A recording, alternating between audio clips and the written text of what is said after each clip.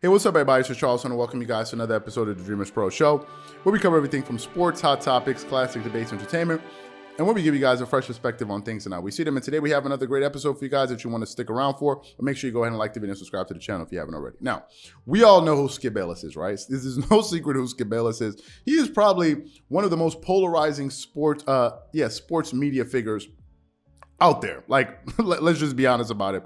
There's some people out there that absolutely love the job that Skip Bayless does. There's some people out there that really think that this guy is putting up the good fight, right? And there are others out there that really detest him and think he's a flat out hater, right? And when we're talking about hater, we're talking about really about Skip Bayless and LeBron, because he has been the most vocal voice of opposition since LeBron James got into the NBA. If we're going back to when LeBron was drafted, I believe it was in 2003, right?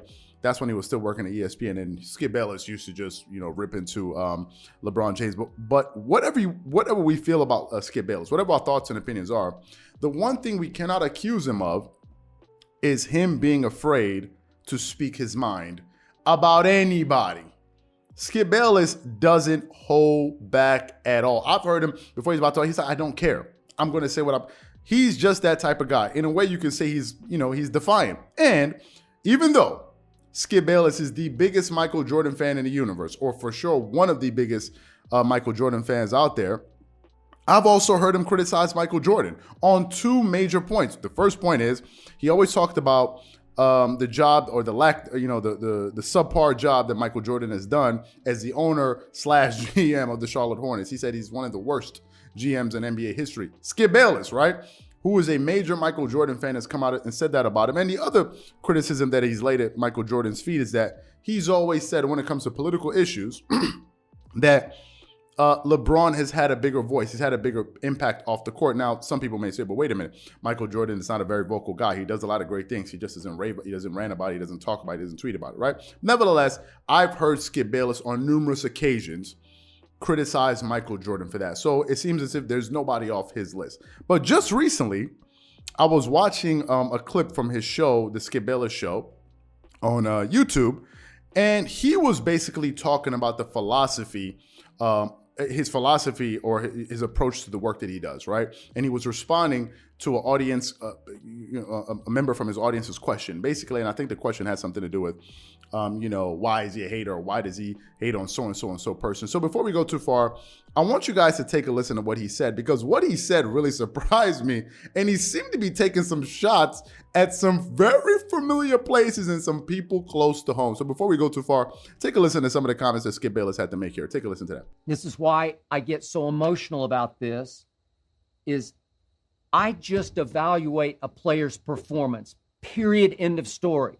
It doesn't matter whether I like him or I don't like him personally. It factors nothing into my thought process of evaluating his performance. I might like a guy, and if he plays poorly, I promise you, I'm going to tell you he played poorly. I might not like a guy for whatever reason, and if he plays great, trust me, I'll rave about him. It's happened thousands of times, millions of times in my career. I owe that to you. And trust me, I take it way too seriously. I'm not going to betray you. I'm not going to deceive you. I'm not going to sell out because I like somebody or know somebody. I did not get into this business to buddy up to players. I know there are some people that I've dealt with in this business who did. That's the only reason they got into this business. It's not me. It's to a fault, not me. Sometimes my wife, Ernestine, says, why don't you have him on for an interview, or him on? Well, he's not going to come on because he doesn't like what I've been saying about him. I don't care. That's not the lifeblood of Undisputed, is interviews. It's a debate show.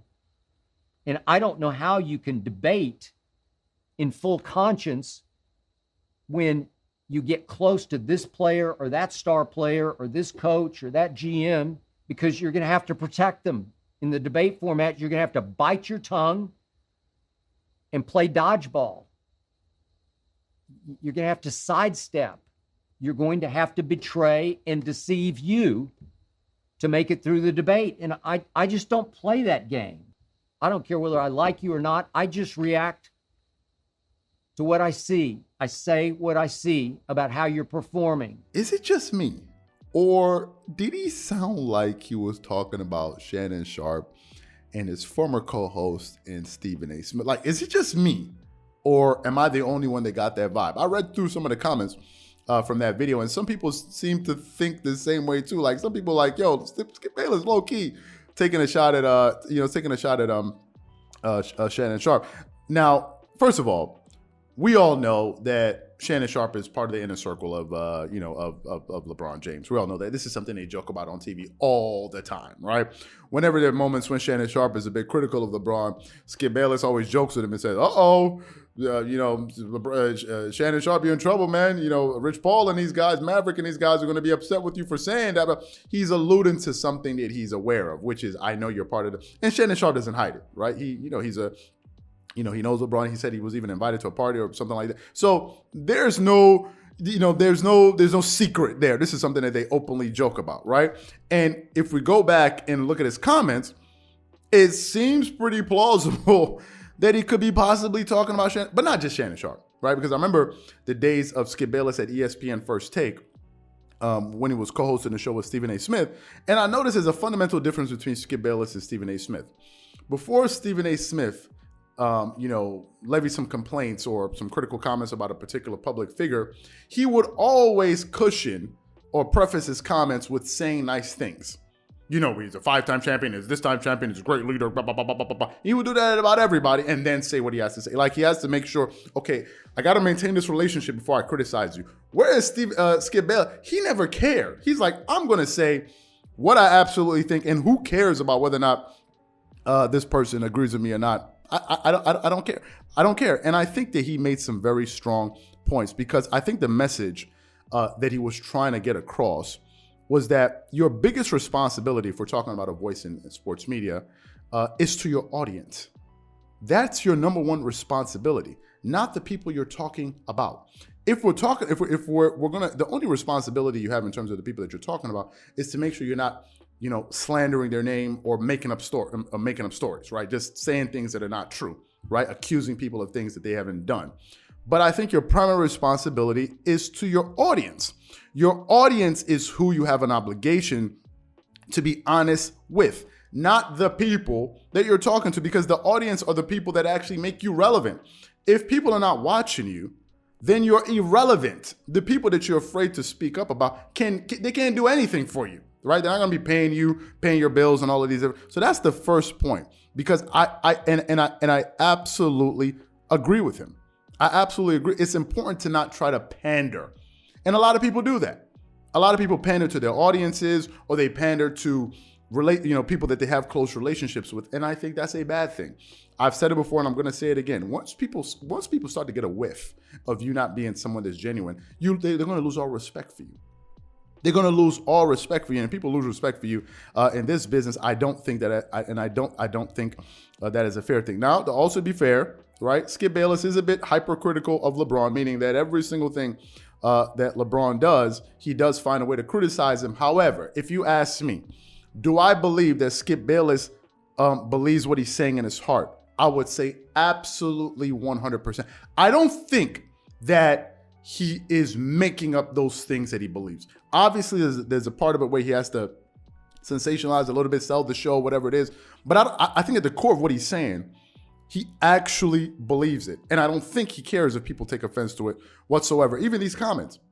I think if you ask Skip Bayless, like, hey, wait a minute, man, do you think these comments you could be possibly taking a shot at Shannon Sharpe? I think Skip Bayless would absolutely 100% not give a damn if Shannon Sharpe was offended or not, because he believes what he's saying. I just think that, he is that. I think he is that type of dude, and I think it's very important. I absolutely believe in that philosophy.